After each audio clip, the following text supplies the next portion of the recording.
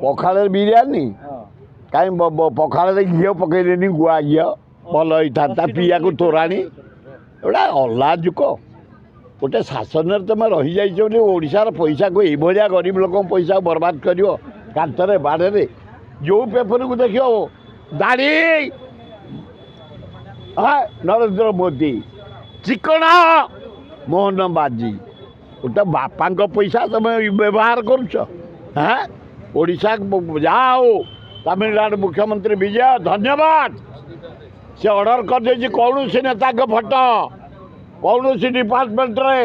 କୌଣସି ସରକାରରେ ଇସ୍ତାହାରରେ ଆଡ଼ଭର୍ଟାଇଜମେଣ୍ଟରେ ବାହାରିବନି ଧନ୍ୟବାଦ